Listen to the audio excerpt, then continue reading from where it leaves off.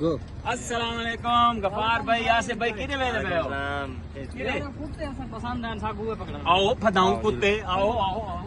आपको डॉगी का बड़ा शौक है। बहुत सारे मैं ऊपर आओ। कुतरा चार नगराने बनवा को मैं। आओ आओ आओ। सागू बंदा कोई नहीं दिसदा बेजड़ा कुत्ते मैं पकड़ने में। कुत्तियां दा व्यापारी है ना मैं द्वारे कीते, है ना?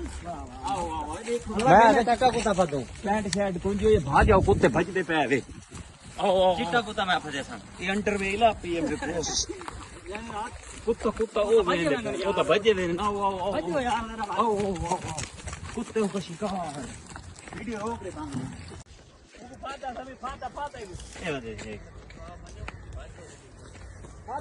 ए डॉगी मेरा कहाँ है तुम? आज आजो आजो हमारे पास आजो।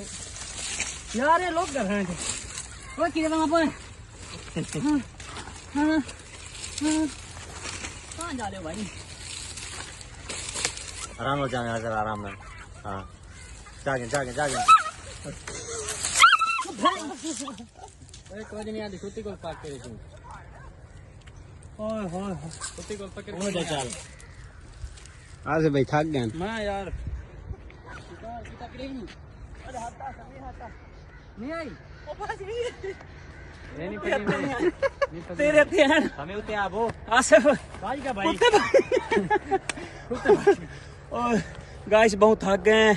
उन्हां दी मां ओडे पिछू भजी वदी साडे। ओ भज चलो कुत्ती दे मां। और